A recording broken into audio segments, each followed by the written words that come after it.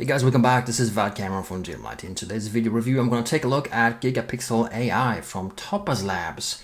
And this is a rescaler that can enhance images, photos, and all that to a higher resolution. And I'm going to take a look at, how this looks, if it really is what they say it is, how exactly it works, and also multiple usages. I'm also going to show you some downsides. I've been using this for quite some time now, over a year, so I found some issues with it, so I'm going to be very honest in my review. Now, looking at the website, it looks pretty darn amazing, right? It can, upscale images that look really crappy, right? Heavily JPEG decompressed or compressed, and it looks really amazing, right? And if you keep scrolling down here, you can see that especially faces look really, really good. It's almost like, really? Is it really possible, right? Landscapes. I'm also going to show you how we can use this software in a 3D application as well for upscaling textures and all that. So, it looks pretty darn amazing, right? So, is it really true? Is it really that good? So, let's take it for a spin. Up here at the top, we have a download original image. All right, also view settings. So if you click on view settings, you can see exactly what kind of settings they have used. Scale 6 times, AI model standard, suppress noise 8, remove blur 28, and face recovery strength 100%. So I'm gonna do exactly this image and a lot of other images so you can really see how the software works. But what I'm gonna do is, just before doing that, you also can download the original image here, right? What I want to do is show you a little bit what really is upscaling and what this is so cool. So here I'm inside Photoshop, and Photoshop also has an additional super sampling feature, which frankly is not really good. I've been using it and I'm not impressed at all. So I won't even go in there. I'm just going to show you the ordinary upscaling process because it's just as good. So here is the image from Topaz Labs website, all right? And it's currently 800 pixels times 533, right? Let's say we want to scale this like 6 times the number they are mentioning on their website. So 8 times 6 is 48. So that number will look like 4800, right? That's scaled 6 times. Now, if you can see that, it looks horrible. It's like we have just upscaled and, created a more blurry version of the image, right? It is larger, right, pixel-wise, but the quality is not good. And this is the problem when you just scale images up, right? So normal kind of scaling works like if you have white here and you have black, it kind of creates shades in between and thus it looks kind of blurry. It's not pixelated per se, but it's very, very blurry, right? It's not better, it's just upscaled. And I'm gonna show you real quick, Photoshop, super sampling, which they are really, promoting as something extraordinary, but it's not. It's really awful. I don't even know why it's called super sampling because it looks like crap, to be very honest with you. So let me just open up the same image here, right click on it. This is Camera Raw inside Photoshop, and just choose enhance, and super resolution, it's enhanced right now. So what is it? It's nothing. It just looks a little bit sharper. It looks horrible. So here's the image enhanced. All right, and we're gonna zoom in on it.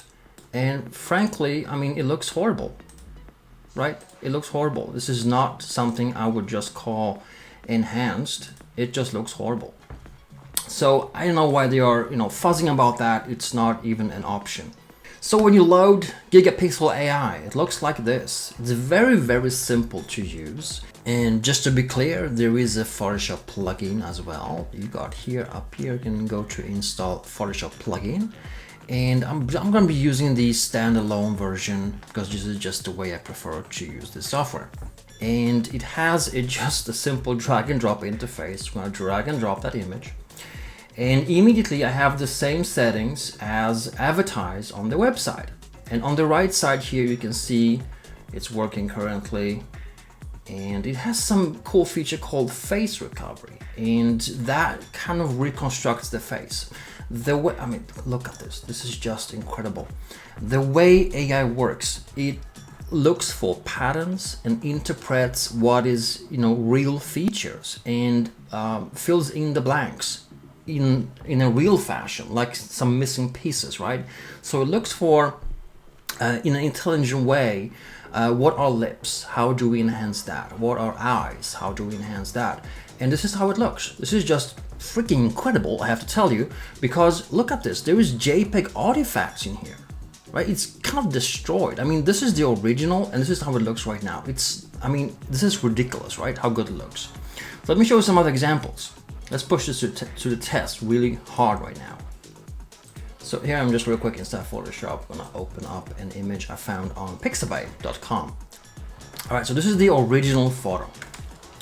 I mean, it's a pretty darn amazing photo, right? It has a lot of details, great sharpness, great contrast, amazing colors and all that. Let's destroy it, all right? Let's destroy it really a lot. So let's do this like, I don't know, 500 pixels. Let's do even worse, 400 pixels, right? I mean, look at how that looks. It's not really sharp, right? We are really destroying it. And on top of that, let's save it a little bit more jaggy, like a JPEG compressed file, all right? So here I'm gonna select JPEG. Let's see, JPEG, worst quality.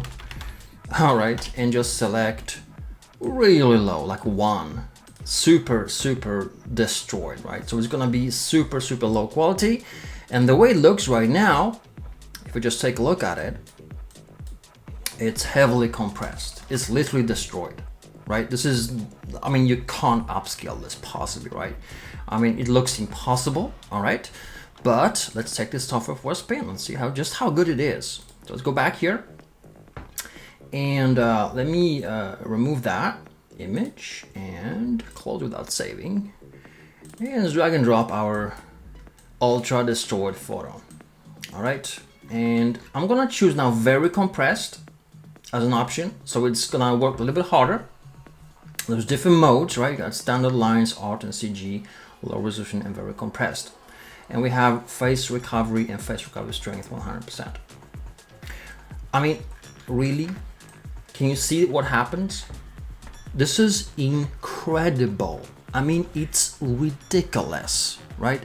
It is so ridiculous, it's almost too ridiculous, right? So, I mean, this AI is so incredibly smart at recovering facial details. I mean, smallest pieces of hair. I mean, all these details are there, which are not here. I mean, come on, how is this possible, right? Now, AI will never create as good, quality photo as the original. I mean, if we go back to the original photo and load it in here, you can see that it's pretty shocking how well quality it is, right? The original. You cannot, and I repeat, you can never achieve the same result as the original quality, so to speak, right? The thing is, you will always get a superior enhancement that is something in between of the destroyed photo and the original, plus more like a painted look. Okay, there's gonna be a little bit of that painted look you will have when the software kind of figures out what is what and how to fix it and what to use, whether to draw lines, combine things, how to combine the things, right? Whether to preserve some kind of details or to not preserve details. So there's gonna be like a paintery effect that's gonna look amazing, right? In most cases, it looks really impressive. I'm very much blown away by this. Now, is this only for faces? Not at all. Let's take another example. Now, bear in mind, this is 6 times the resolution. So we are pretty much recovering it to its original size and scale. And I mean, this on the right here looks pretty incredible, right? I mean, it looks very well, right? It's good quality, albeit more painterly look and feel. Now, let's turn that off. Let's head over to, so here I am at Pixabay again. I just typed in animal, and we're gonna load here an image of, why not this one over here, right? The parrot. I mean, that's a pretty incredible photo, right? And I'm gonna download, let's download the full version, all right? And now let's go into Photoshop and destroy it. Most fun, moment here. We're gonna do 400. Really super. That's 10 times worse than the original on on the width and height. So it's like 100 times less data, right? Because you are always doing the X and Y combined. So it's 100 times less data. It looks horrible. And on top of that, we're gonna save it as the worst JPEG ever. So I'm being kind of naughty right now, okay? Parrot, super low, insane quality. That's like the most jaggy version you can ever imagine, like 1, right? It's the worst ever. And we're gonna load it in here. Poor software is gonna now work that file. So let's go here and load it. Now again, I'm gonna choose very compressed because it's kind of literally destroyed. As you can see, it lacks so much detail, it's almost incredible. Now, you see that it has lost a lot of detail. Now, I'm doing this like an exaggerated version right now because I want to show you how the software tackles areas that are destroyed. And it kind of moves into, how should I say, the painterly look more and more. And that's what the AI really does. It eventually starts to kind of paint, instead of just scaling, it paints around and you get this look. I mean, it still looks very good compared to the original, but it's not the same as the original, right? Now, I was a little bit bad, right? Really bad here. So let me do a more decent, example, because that was like really, really off the shelf. Let me just do maybe scale it to 1000. All right, that's a decent amount of detail, and save it at maximum JPEG quality. So I'm gonna use Parrot Max. All right, and just save maximum quality. Just be a little bit gentle on the software, right? All right, and let's go back. Let's turn that off. And let's open this up now. So we got the Parrot Max, which is a little bit higher quality. Now I'm going to just scale this up 4 times. All right, so not 6 times, 4 times. So it's going to end up like 4000 pixels. And you can see it looks really good. Now we are still doing the face recovery thing, which is something you can turn off if you're not using faces. We'll just use a slightly different method. And then, and this is something you have to try, and this is one of the downsides of the software. You're never really sure exactly which of the modes you're gonna be using. Is standard the best one? All right, looks very jaggy here, right? So the standard version did not update so well. All right, is lines better? Nah. So, right? Art and CG. Let's try that. Maybe better, right? Maybe better. Then you got low resolution, which looks, I think, the best. And then you have very compressed as well. Possibly even better. Now, if you're really uncertain which to use, there's different modes. You can use single view. You can use split view, where you can just drag this. You have the original on the left and the selected mode on the right. You can drag this line, or you can see them both like this, zoom in and out with the mouse wheel, or you can see all modes at the same time, and then you can just pick whatever that looks best, right? And as you can see, I would say low resolution looks best here. This one is a little bit too jaggy here on the face. Maybe good detail on the feathers, but I think this one looks the best, right? Low resolution. Possibly very compressed. All right. So, like I said, it's not always gonna be shocking good results. This is a little bit hit and miss. You gotta try these settings, and also try how much of the noise are you gonna suppress, how much of the blur are you gonna remove, right? The more blurriness you remove, the more it's gonna try to fill it out with something, and the more painted look you might get. Suppress noise in similar fashion, right?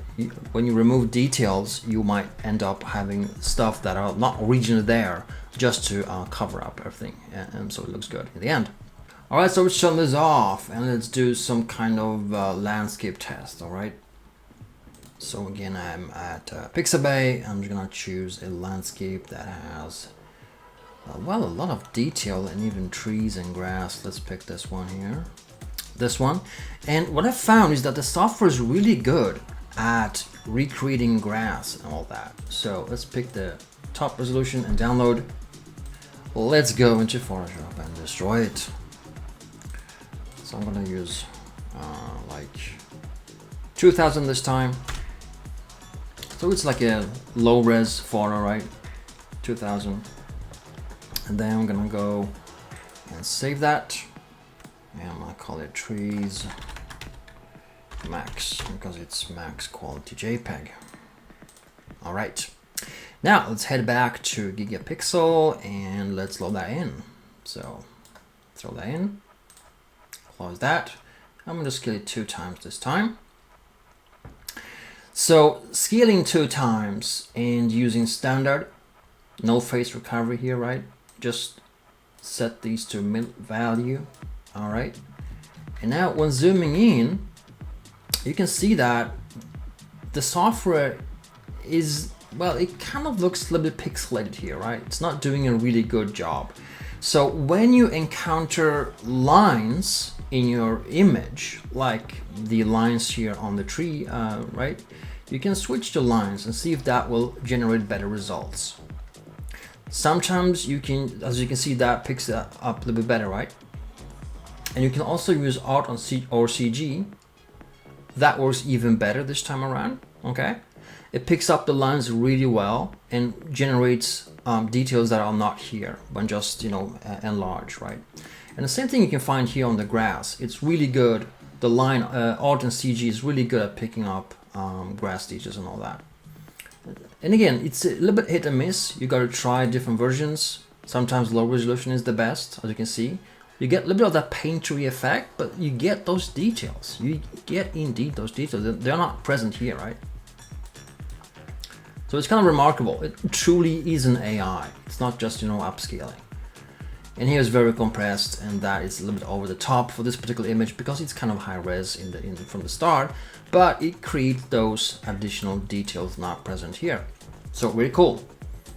So let me show you another usage because I've been using this mainly for 3D art. Okay, I don't use this so much for photos. I use it to enhance my 3D images or textures for 3D art.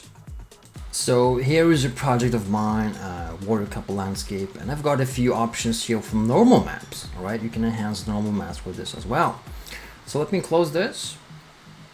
By the way, it has batch processing, so you can just drag and drop entire, you know, lots of either a folder or just, you know, images, right? Let me just load this 3K normal map, and as you can see, the normal map has a lot of detail, right? That kind of, if you zoom in, it looks pixelated. And if you use very compressed, it generates data not found in the original, right? It kind of thinks, well, is this a line? Yeah, it is a line, right? Kind of interprets this as a line and draws a line. So it's kind of cool, but you can also use lines on that to get a little bit more different look, or you can use Alt and CG. So like I said, it's a little bit hit and miss. You never know which one will look best until you try. And I mean, this is really, I mean, that detail we have now instead of this one on the left side, that's pretty remarkable for a normal map, right? It's gonna really pop in your software. All right, so let me show you a real example. All right, so here am I inside Dash Studio, and I'm using an older scenery by Stonemason. This is a wonderful scene, but it's a little bit older, so when you get close to the ground, it kind of lacks detail texture, right? It kind of becomes blurry and fuzzy. So I'm going to try to upscale this now a few times to see if we can get a little more detail. So I'm going to use a tool called Surface Selection. Click on the ground, and here we got pavers, and the texture is over here. Now, these older props don't have so many additional extra things like more modern props. They don't have normal maps and all that. So I'm gonna only be using the specular map, this one here, and the main map here. There is also a displacement map.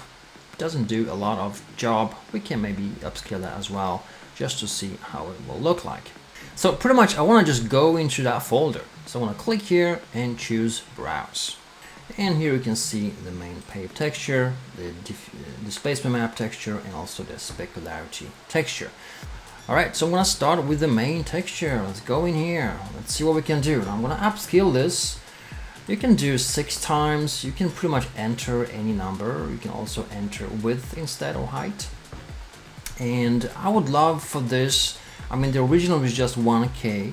So let's try doing this 8 times. So it ends up 8K texture. Alright. Now, as you can see, there's quite a difference. From the original, it looks like crap upscaled 8 times, while here we suddenly have a lot of details. Now I'm using the art and CG now, but you can use low resolution to get different type of look, very compressed.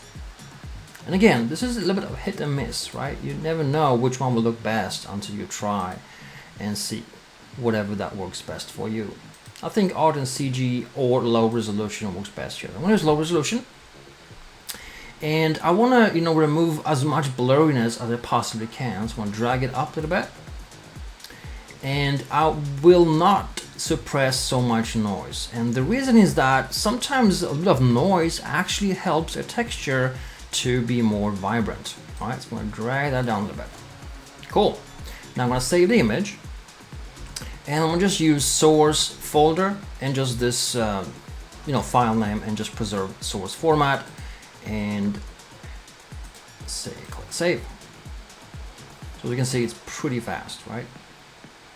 Now, when done, I can just delete that and let's move to the other one. And the reason I'm not doing this as a batch, because I want different modes on each and one of them. I'm going to move to a specularity map, which frankly is just a quick kind of map. It's not a real specularity map. Doesn't really matter. In this case, I find that low resolution does indeed look better, but it looks kind of, well, fuzzy, blurry, right? So I'm going to try a different version here and use instead very compress. Let's see about that. Art and CG or lines. Yeah, I kind of like lines, all right, or standard. So see, it's not a magic solution to everything. I think this looks kind of blurry. It's not as defined as it could be. However, we are enhancing this 8 times, so it's kind of, I think lines looks best here, right? That's the most detail. Yeah, let's use that.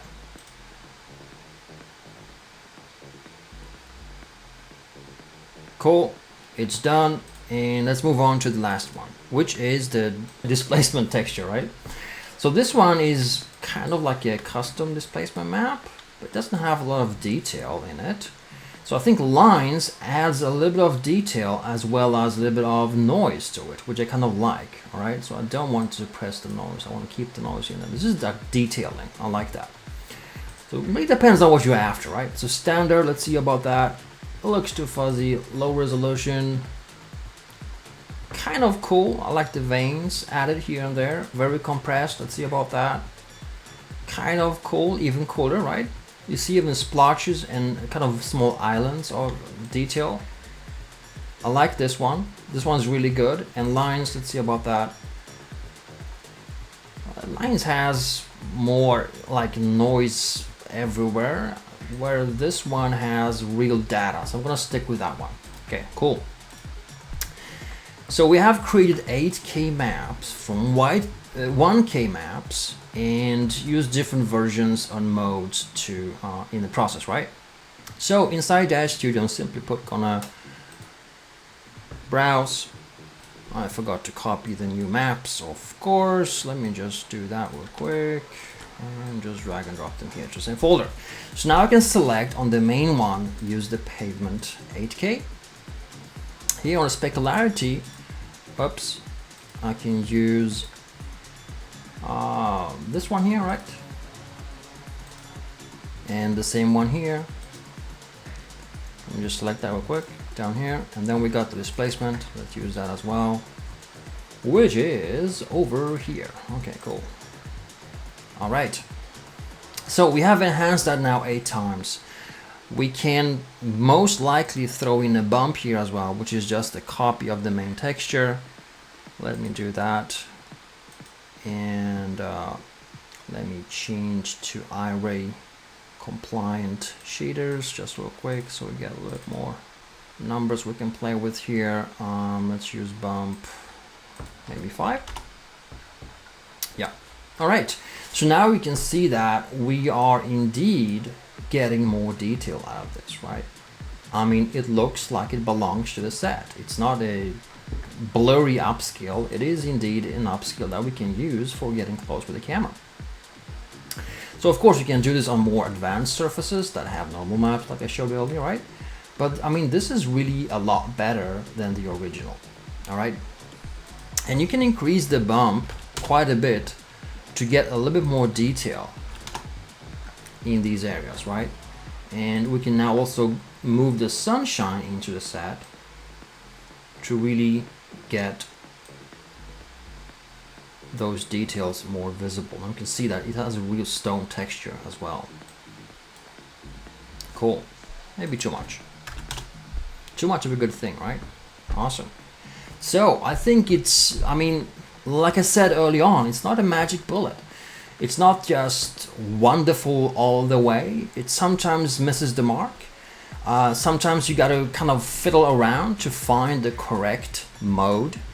It has crashed in earlier versions. Right now I'm using 6.1, which appears to be a little more stable. 6.0 crashed on me a few times. And what I did is actually I resaved my images in Photoshop. For some reason it worked better then, right? So there was maybe some kind of issue with the format or files or whatever. Now another downside of the Gigapixel is that it does not work with 32-bit HDR maps. And since I work with 3D art, I use HDR maps a lot. So it's a little bit pity that it doesn't do that as of yet, but it might be added in future add-ons. So I think overall, this is a great software, but it's mostly beneficial for faces, and it has an incredible face reconstruction feature.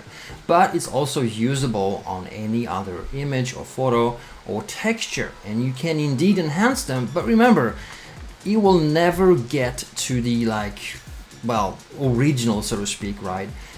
Photo.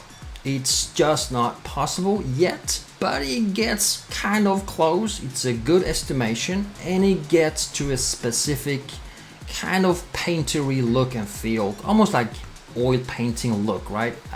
If you run it really hard, you will get that oily painty look. It doesn't need to be a huge downside. It's the way it is. I mean, if you're looking for that look, then it's by all means super perfect, right? But I gotta be honest with you, it's not exactly as the original. But then again, how often do you have the original, right? This is meant to enhance what you have, not being compared to an original you really don't have. And again, just a quick note, if you're just doing a little bit of upscaling, like 2 times or 1.5 times, the less you enhance, the better it will look, all right? Because it doesn't have to guess that much, of course, right? And there are people using it for games here, enhancing computer games with really good results. So the software is $99.99. Is it worth it? Absolutely. I think this is a must-have software for any serious digital artist, whether you are into photography or gaming or creating games or 3D art or working with textures or photos or whatever. So the final verdict is 4 stars out of 5. And the reason being is that it's great, but it's mainly focusing on facial enhancements, like faces, right?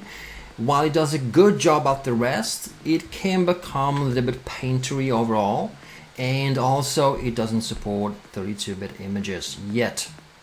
Plus, like I mentioned, it has crashed before a few times when maybe dealing with the wrong versions of formats or whatever, but it has crashed. And a simple workaround was to resave before using it. All right. So if you're interested in the Gigapixel AI, there is a link below this video. Thanks so much for watching, guys. I hope you get a few aha moments from this and that it was helpful, and I see you soon again.